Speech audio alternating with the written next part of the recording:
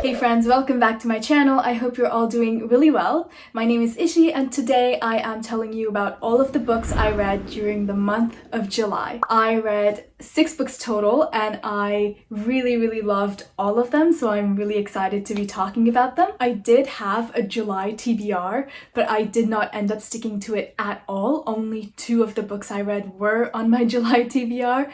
But I am really happy, like I said, about all of the books I ended up reading. The first book I'll talk about is Home Before Dark by Riley Sager. This was a 5-star read for me and I really liked it. It's about this family who used to live in this house that everyone thinks is haunted. The dad of the family wrote this whole book about it, and this book ended up becoming really popular, and the family ended up going on talk shows and TV and became really rich off of this book. This book had 2 point of views. The first point of view had excerpts from the book that the dad wrote, and the second is Maggie's point of view. I really loved both the point of views, and that added to my enjoyment of the story because I wasn't more interested in one than the other. I really like the fact that you were essentially reading a book inside a book. I really love books like that. I love the whole ghost story vibe this book had going. I really liked all the characters and I liked the mystery. And I have heard some people say that it was a bit predictable,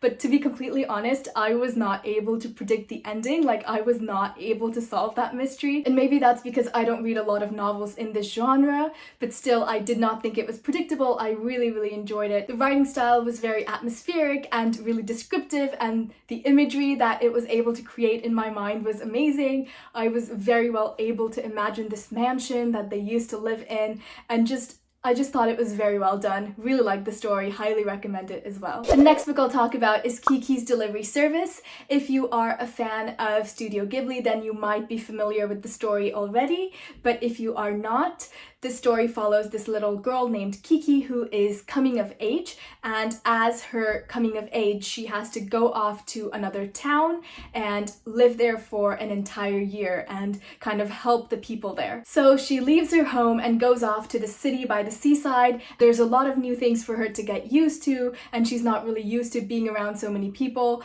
and it's just really interesting reading about her getting used to this place and her getting to know all the people there and making friendships. Overall, it is a very heartwarming read and it made me really happy. The movie is based on this book, so the book had a lot more scenes that the movie did not have, and we got to see the characters and their personalities a lot more, and it just was a lot more than the movie was. I loved the movie and I loved this book even more because it was amazing. I really loved this movie because I thought it was very magical and the vibe was immaculate and the music was amazing, which is why I was kind of afraid that I would not like the book as much because it did not have the music and the visuals to make it more magical, but I was wrong. The book was just as magical as the movie was, if not more. I love this book. I highly recommend you guys read it, whether you have watched the movie or not. The next book I'll talk about is 15 Dogs by Andre Alexis.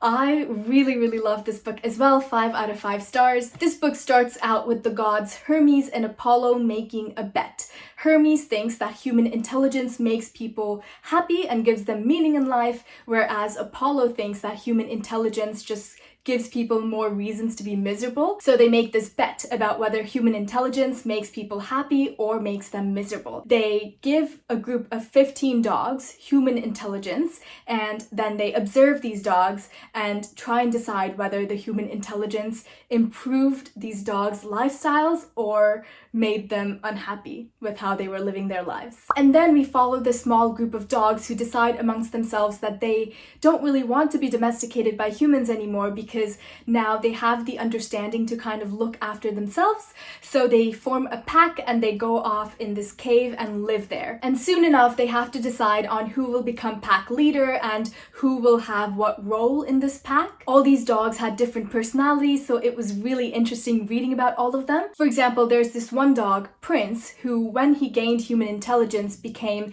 fascinated by words. So he started making poems and things like that. And there's this other dog who hates Prince because he believes that as dogs they should focus on being dogs. But because they now have all this intelligence, they can't really go back to being dogs as they were. So he kind of promotes that they all just pretend to be how they were. But they can't really do that because now they have all this understanding. So it's really interesting reading from the perspective of all these different dogs because they have different philosophies and different mindsets about a lot of different things.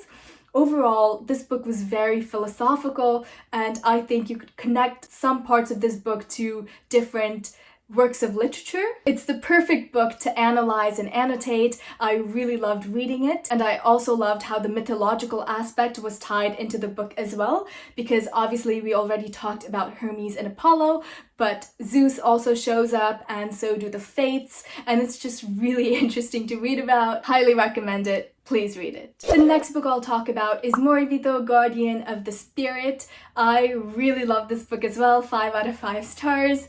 This book follows a woman named Balsa who is hired by the queen to protect her son, the prince. So Balsa and this prince go off and they're out in the wilderness running away from the people that are after them. The prince is obviously very pampered and he has lived in a palace his whole life. So he has to do some quick learning about how to survive out there in the real world, and he kind of learns how to cook, how to search for firewood, how to make fires, and just how to kind of live on his own. And he really matures a lot throughout this book, and that character development he goes through is amazing. I loved reading about Balsa as well because she is a very strong warrior. That does not take away from how much she cares about the prince.